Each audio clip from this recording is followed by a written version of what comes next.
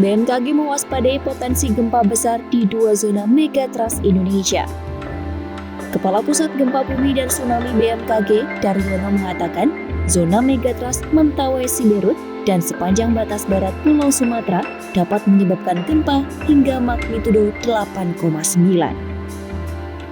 Sebagai informasi, Indonesia sebenarnya memiliki total 16 zona megatrust yang berada pada 6 zona subduksi aktif. Lantas, mengapa megatrust di zona Mentawai Siberut dan Selat Sunda menjadi yang lebih diwaspadai? Guru Besar Bidang Geodesi Gempa Bumi ITB, Irwan Meilano menyebut, hanya 2 zona megatrust tersebut yang belum rilis atau terjadi gempa besar. Gempa Aceh 2004, Nias 2005, kita punya gempa Padang 2009, gempa 2010 bagian bawah dari Mentawai.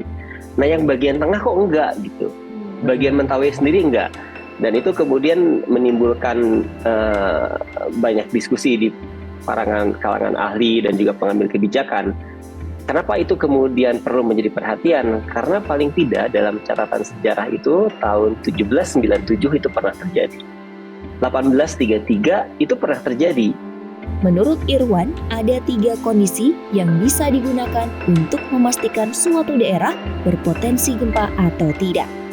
Pertama, potensi gempa dapat dilihat dari data histori atau sejarah suatu wilayah. Sebab gempa pasti akan terjadi secara berulang. Kondisi kedua yang bisa dilihat adalah aktivitas kegempaannya yang sepi. Sedangkan yang ketiga adalah zona tersebut sedang mengumpulkan atau mengakumulasikan energi. Untuk mengetahui suatu zona sedang mengakumulasikan energi, hal itu bisa dilihat melalui pengamatan geodetik. Secara teori, suatu zona yang sedang mengalami strain accumulation pasti akan ada rilis, dalam hal ini gempa bumi.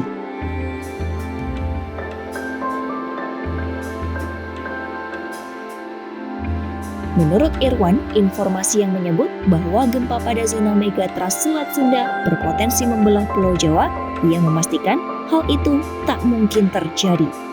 Sebagai gambaran, gempa Yogyakarta 2006 yang menelan lebih dari 6.000 korban jiwa hanya menghasilkan robekan atau rekahan 1,2 cm.